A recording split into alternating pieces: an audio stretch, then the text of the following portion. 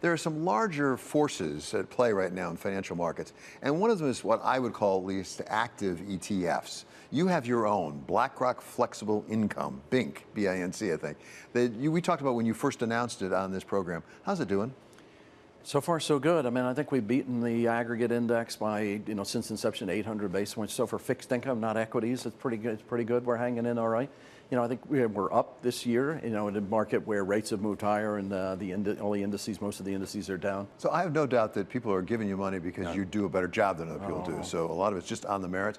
But what about larger forces? Why is so much money going in ETFs? And where's it coming from, by the way? Is it just because there's that much more money to be invested, or is it coming out of other places? So a couple of things that are happening.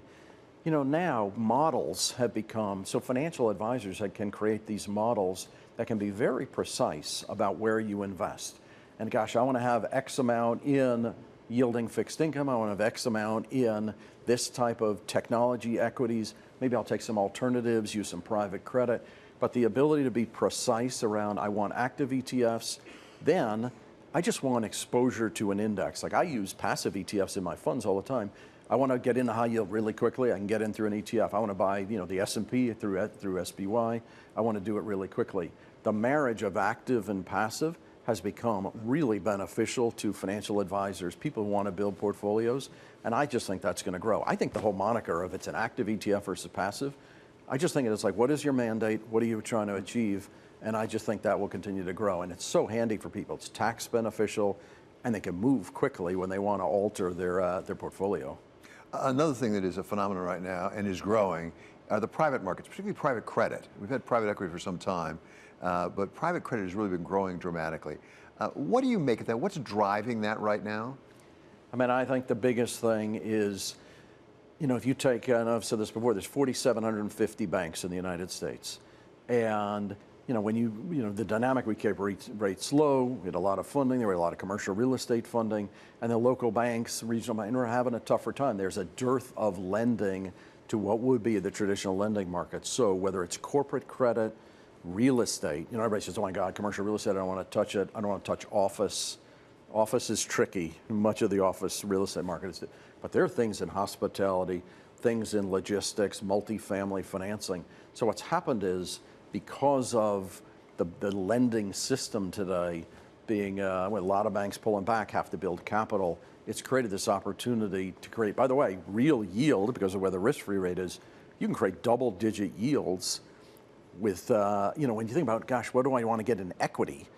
If I can only get mid to high teens in equities, if I can get in credit or real estate collateralized, if I can get low to mid double-digit return yields, low to mid-teens yields, that's pretty darn attractive. One of the things we hear from people in private credit is it's a better model in that you have long money out and long money in. It's committed to you for a period of time, where banks, of course, rely substantially on deposits that can be withdrawn. Is that a better model in general, or are there downsides to that model as well? Are there some places where that does not work so well?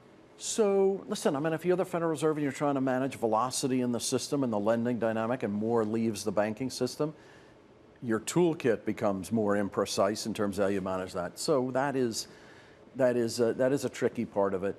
Listen, I think that, like everything in life, some balance and some moderation, and I think it's, quite frankly, I think it's a very positive evolution that you have more of a match of asset liabilities. You think about financial crisis and other times, it's the mismatch of asset liabilities that creates real stress. So today, I think that's more in balance. As the banks build capital through this period, you're creating a better buffer, a better foundation. So anyway, I think there's some positives. And by the way, I think, we run a lot of funds that are daily liquidity. You just got to manage your asset liability mix. And I think for people that say, gosh, I want to have stuff that I can move around quickly, and then I'm going to go into alternatives where I'm going to lock my money up.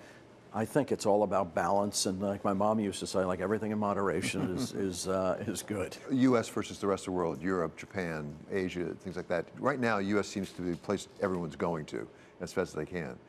Is that likely to continue, do you think, as you see the longer-term trends? So I think so it depends if you're doing debt or equity. Like, I think the equity story in Japan is pretty interesting today. Money that used to go to China is going to Japan, real technology, women in the workforce that are now have real wages. Japan, from an equity side of view, is interesting. India, from an equity, is really, you got to do sort of small to mid-cap companies oftentimes. India is interesting in the equity side. I think being a lender in Europe, UK is interesting because you're not growing as fast. They've got to drop rates faster. Inflation's coming down faster.